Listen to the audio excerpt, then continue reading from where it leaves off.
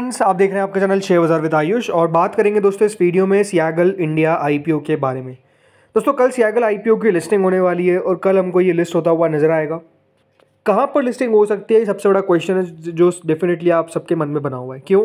Because no doubt दोस्तों issue को subscription उतना अच्छा नहीं मिलता हुआ नजर आया, ग्रे मार्केट उतनी अच्छी नहीं है और मार्केट की भी अगर कंडीशन देखें तो काफ़ी वॉलेटाइल है। आज ज़रूर दोस्तों बाजार बढ़ा है, बट हमने देखा है लास्ट कुछ दिनों में जो बाजार का हाल रहा।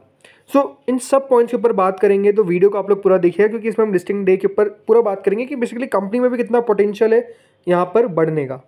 फ्रेंड्स, सबसे बड़ी बात तो जिनको भी अलॉटमेंट मिला है बात ध्यान रखिएगा। 401 का आपको एक शेयर मिला है, टोटल मिलाकर 37 शेयर्स जो है वो बेसिकली आपको एक लॉट के अंदर मिलते हुए नजर आए। अगर आपने बड़ी कैटेगरी में लगाया तो उस हिसाब से आपको शेयर्स मिल चुके होंगे, राइट। कुल मिलाकर दोस्तों ये 1252 करोड़ का इशू था, जिसमें से फ्रेश इशू था 684 करोड़ का और बचा बाकी का ऑफर फॉर सेल था 568 करोड़ का। देखिए, जब भी कोई issue, fresh issue, offer for sale दोनों का कॉम्बिनेशन आता है तो ये देखना पॉइंट होता है कि बेसिकली फ्रेश इशू कितने का है। बिकॉज आपको समझ में आना चाहिए कि कंपनी को पैसों की ज़रूरत जब रहती है तो कंपनी वैल्यूएशन एटलीस्ट सही रखती है कि उसको पैसा भी मिल जाए, थोड़ी से उसका भी फ़ायदा हो जाए, दूसरा इन्वेस्टर्स भी थोड़ा बहुत पैसा बना ले, ये एक पॉइंट होता है। लेकिन जब fresh issue offer for sale में ज़्यादा अंतर नहीं होता है तो ये लगता है कि डेफिनेटली ऑफर फॉर सेल जब आया है तो अगर फॉर एग्जांपल आप भी हैं, राइट, आपकी कोई कंपनी, तो आप चाहेंगे कि अगर आप कोई ओएफएस लेके आ रहे हैं तो उसको अच्छे से अच्छे दाम पर बेचें ताकि आपको अच्छा प्रॉफिट हो, अच्छा मुनाफा हो, आपको अच्छा पैसा बने। सिंपल सी बात है, कोई इसमें अलग मानसिकता नहीं होती है, ठीक है। अब जब भी लिस्टिंग होती है तो कुछ फैक्टर्स होते हैं जिनके ऊपर हमको ध्यान रखना रहता है, राइट। तो पहला फैक्टर क्या है? पहला फैक्टर तो यही है कि दोस्तों बेसिकली कंपनी किस तरीके की, कंपनी के फंडामेंटल्स कैसे। हम हमेशा सब्सक्रिप्शन लेते हैं पहले, बट इस बार फंडामेंटल्स के ऊपर बात करते हैं। अगर आप कंपनी को देखेंगे तो ग्रोथ कंपनी ने मैसिव करी है, मैसिव। 2022 में दोस्तों कंपनी की जो सेल थी वो करीबन 1146 करोड़ की थी। उसके अगले साल कंपनी की सेल दोस्तों बढ़कर 2000 करोड़ की हो जाती है। उसके अगले साल कंपनी की सेल 3000 करोड़ की हो जाती है। अगर आप कंपनी के सिर्फ रेवेन्यू की बात करेंगे ना साल पर साल, यही 2023 से 2024 के अंदर, तो कंपनी का रेवेन्यू ही एक साल में ऑलमोस्ट 47% बढ़ा है। 47% की CAGR है कंपनी की। CAGR छोड़ दीजिए, मतलब एक साल का यहाँ पर कंपनी ने जो ग्रोथ दिखाई है वो 47% की दिखाई है रेवेन्यू के अंदर। प्रॉफिटेबिलिटी की बात करते हैं।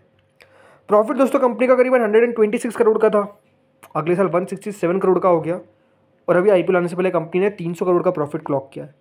साल भर साल करीबन 82% की जंप हमको कंपनी के प्रॉफिट्स में देखने को मिली। अब क्योंकि देखिए कंपनी का जो बिजनेस है वो डेफिनेटली रिलेटेड टू कंस्ट्रक्शन है, तो आप कह सकते हैं कि कंपनी के ऊपर बोरिंग काफ़ी ज़्यादा है, बट ये बिजनेस में रहती है, कोई बहुत बड़ी बात नहीं है। बट अब कंपनी के की इंडिकेटर्स देखिए, परफॉर्मेंस इंडिकेटर्स देखिए, जिसमें हम बात करते हैं ROE, ROC, return on equity, return on capital employed, ये अबाउट 30% है।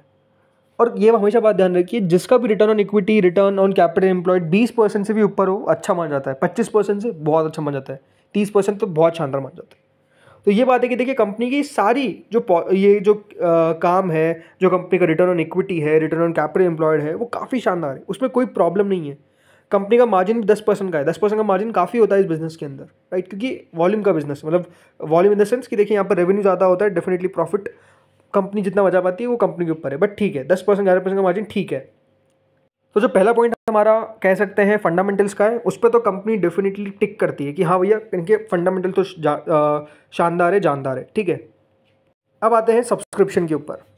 सब्सक्रिप्शन डेफिनेटली दोस्तों कंपनी को उतना अचीव नहीं हो पाया। रीज़न क्या था? रीज़न था मार्केट का फॉल। देखिए, जब बाजार के अंदर आपको गिरावट देखने को मिलती है, जब बाजार प्रेशर के अंदर काम करते हैं, तो नो डाउट दोस्तों उसका असर आपको ऐसा नहीं है कि सिर्फ एक जगह पड़ता हुआ नजर आएगा, काफ़ी जगह इंपैक्ट पड़ता है और वो डेफिनेटली सब्सक्रिप्शन भी है। QIB ने स्टिल इसको 30 गुना सब्सक्राइब किया। ज़रूर पैसे के हिसाब से ये बहुत कम था, मतलब 7,818 करोड़ कोई बहुत बड़ी बात नहीं है QIB के लिए, ये तो बहुत छोटी बात है। बट ये बात सही है दोस्तों, QIB का पैसा कम आया, HNIs का पैसा और कम आया और रिटेल का पैसा और कम हमको आता हुआ नजर आया। कंपनी के एम्प्लॉयज़ ने अच्छा भरा, ठीक है, बट कुल मिलाकर 14 टाइम्स भर पाया इशू। करीबन कंपनी को 12,298 करोड़ जो है वो बेसिकली रिसीव हुए। सो ये हम समझ सकते हैं कि डेफिनेटली सब्सक्रिप्शन काफ़ी लो था। सब्सक्रिप्शन ओवरऑल इसको ज़्यादा शानदार नहीं मिल पाया। अगर मार्केट की हालत अच्छी होती तो डेफिनेटली इससे ज़्यादा ही मिलता, बट क्यों मार्केट का, क्योंकि मार्केट के अंदर आपको करेक्शन देखने को मिला, गिरावट देखने को मिली, तो सब्सक्रिप्शन वाले पॉइंट पे कंपनी डेफिनेटली टिक नहीं कर पाती है, एक क्रॉस आ जाता है इसके सामने। अब आते हैं तीसरी चीज़, जो क्या है, जो है देखिए वैल्यूएशन। बिकॉज ये बात हमेशा ध्यान रखिए, कोई भी कंपनी हो, सब्सक्रिप्शन मैटर करेगा शॉर्ट टर्म में, बट लॉन्ग टर्म में मैटर करेगा फंडामेंटल्स एंड सबसे इंपॉर्टेंट वैल्यूएशंस। वैल्यूएशंस कैसी है कंपनी की। सो कंपनी दोस्तों जो अपना आईपीओ लेकर आई वो करीबन 22.91 टाइम्स के पी पे कंपनी अपना आईपीओ लेकर आई, ठीक है। अब जो बाकी की कंपनी है उनके आप फिनेंशियल्स देखिए और वैल्यूएशन देखिए, जैसे कि पीएनसी इंफ्राटेक है 15 के पी पे ट्रेड कर रहा है, जिया इंफ्रा प्रोजेक्ट्स है 12-13 के पी पे ट्रेड कर रहा है, एचजी इंफ्रा है 20 के पी पे ट्रेड कर रहा है, केना कंस्ट्रक्शन है 21 के पी पे, माफ़ कीजिएगा 13 के पी पे ट्रेड कर रहा है। देन आईटीडी सीमेंटेशन है वो ट्रेड कर रहा है एट ऑलमोस्ट 30 पीई, और जे कुमार इंफ्रा प्रोजेक्ट्स है जो ट्रेड कर रहा है एट 19.68 पी। यानी तीसरी चीज़ जो वैल्यूएशन आती है इसमें अगर आप खुद नोटिस करेंगे तो कंपनीज 20 के पी के ऊपर बहुत कम दिख रही है। सिर्फ ये आप आईटीडी सीमेंटेशन को देखेंगे तो वो 30 के आसपास पहुंच पाई 29.39, और एक और कंपनी है एचडी इंफ्रा जो बेसिकली 20 को पार कर पाई। बाकी कंपनीज 20 की पी के नीचे है। तो वैल्यूएशन वाइज कंपनी ने ज़्यादा जगह नहीं छोड़ी, ये भी अपने आप में एक फैक्टर है जो डेफिनेटली प्ले कर सकता है। ग्रोथ हो रही है अच्छी बात है, बट नो डाउट दोस्तों यहाँ पर वैल्यूएशन के हिसाब से अगर आप इंडस्ट्री का एवरेज देखेंगे तो नो डाउट उस कंपनी अपना आईपीओ बिल्कुल फुली प्राइस लेकर आ गई। कंपनी ने ज़्यादा जगह नहीं छोड़ी, ये एक नेगेटिव फैक्टर जो है जो हमारे सामने नज़र आ गया, राइट। वैल्यूएशन के हिसाब से सीधी सी बात है, जो आपको नज़र आया वो आपको नहीं बताया, राइट। अब यहाँ पर ये तीनों चीज़ हो गई, तो हम कह सकते हैं दो जगहों पे वैल्यूएशन और सब्सक्रिप्शन पे कंपनी सही नहीं उतर पाई। Valuation wise company it's okay, खराब नहीं है, ठीक है। फंडामेंटल्स कंपनी के बढ़िया है, वैल्यूएशन और बेसिकली यहाँ पर क्या खराब है, सब्सक्रिप्शन। अब आते हैं आखिरी चीज़ जो है सब्सक्रिप्शन के बाद ग्रे मार्केट, ठीक है। ग्रे मार्केट अगर आप नोटिस करेंगे तो नो डाउट दोस्तों ग्रे मार्केट में भी कुछ खास नहीं है, 3% के आसपास की ग्रे मार्केट है। और ग्रे मार्केट ने क्या किया ये आप नोटिस करिए, ग्रे मार्केट ने हाई लगाया करीबन 22.19% के आसपास, और ग्रे मार्केट 22.44% भी गई थी। 140 रुपये पे शुरुआत हुई थी, बट मैं हमेशा कहता हूँ कि शुरुआत को मत मानिएगा। क्यों नहीं मानिएगा, बिकॉज उस समय तक प्राइस भी निकल कर आता नहीं है, तो ग्रे मार्केट का देखने का कोई सेंस नहीं है।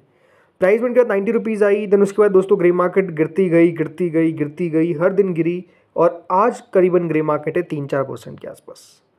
यानी ग्रे मार्केट तो बता रहा है कि प्रॉफिट अगर होगा भी तो बहुत मिनिमम होगा, मात्र 13 रुपये का प्रॉफिट होगा, इससे ज़्यादा का प्रॉफिट होने की एक्सपेक्टेशंस ग्रे मार्केट तो लगाकर नहीं चल रहा है। सो मेरी एक्सपेक्टेशन क्या आपको बताता हूँ। देखिए प्राइस बैंड है 401 का, आपके पास 37 शेयर्स है, ग्रे मार्केट करीबन 13 रुपये के आसपास चल रही है, राइट। 13 रुपीज़ के आसपास की ग्रे मार्केट है। मेरे हिसाब से दोस्तों ये जो आईपीओ है जिसकी लिस्टिंग होगी, ये बात ध्यान रखिएगा, अराउंड 380 से लगाकर 440 रुपये तक, 450 भी ले सकता हूँ मैं। वैसे क्यों ले सकता हूँ उसके पीछे का रीज़न बताता हूँ। देखिए ये बात सही है कि आईपीओ को रिस्पॉन्स उतना अच्छा नहीं मिला, बट कंपनी की ग्रोथ अच्छी है। बहुत बार देखिए इंडस्ट्री के अंदर एक्सेप्शनल होते हैं जिसको अच्छी वैल्यूएशन मिली होती है, हो सकता है कि ये शेयर वो हो। 380 से नीचे क्यों नहीं लिस्ट हो पाएगा, उसके पीछे का रीज़न है मेरे हिसाब से ये कंपनी के अंदर से मैंने कहा फंडामेंटल स्ट्रॉन्ग है, तो ये इसको पुश कर सकता है कि 380 के नीचे ना लिस्ट हो। नुकसान होने के चांसेस है क्या, तो डेफिनेटली नुकसान होने के चांसेस थोड़े से दिखते ही हैं। 401 का प्राइस बैंड हो तो 380 पे अगर मैं कह रहा हूँ तो ऑब्वियसली बात है नुकसान होने की पॉसिबिलिटी दिखती है। क्यों दिखती है, उसके पीछे का रीज़न सिंपल है कि दोस्तों यहाँ पे जो आईपीओ है वो डेफिनेटली उसको इतना अच्छा रिस्पांस नहीं मिला मार्केट की कंडीशन को देखते हुए। ये एक फैक्टर हो सकता है कि इसकी लिस्टिंग आपको थोड़ी बहुत डिस्काउंट में नजर आ जाए, बट 380 से नीचे नहीं जाएगा ये, मुझे ये लगता है। 450 मैक्स लगता है कि 450 से ऊपर भी लिस्टिंग होने की पॉसिबिलिटी बहुत कम है, बहुत कम है, ये आपको मैं साफ कह सकता हूँ, राइट। तो अब ये देखना होगा कि कल बाजार किस तरीके रहता है। एक और फैक्टर जो मैं बताना यहाँ पर आखिरी में था कि वही है कि देखिए कल का मार्केट किस तरीके का रहता है। अगर देखिए बाजार कल ऊपर रहा, अच्छा ऊपर रहा, तो डेफिनेटली वो सपोर्ट करेगा। बट अगर बाजार में प्रॉफिट बुकिंग आ गई, गिरावट आ गई आज अमेरिकन मार्केट्स के अंदर, तो ये एक नेगेटिव इंपैक्ट डाल सकता है लिस्टिंग पर भी। तो ये सारे फैक्टर्स है जो डेफिनेटली कल प्ले करेंगे। लेट्स सी होता क्या है। बाकी आप लोग मुझे बताइए दोस्तों आपकी एक्सपेक्टेशंस क्या है। इस वीडियो में तो इतना ही था, अगर आपको अच्छा लगा तो प्लीज़ लाइक करिएगा। Thank you friends for watching this video.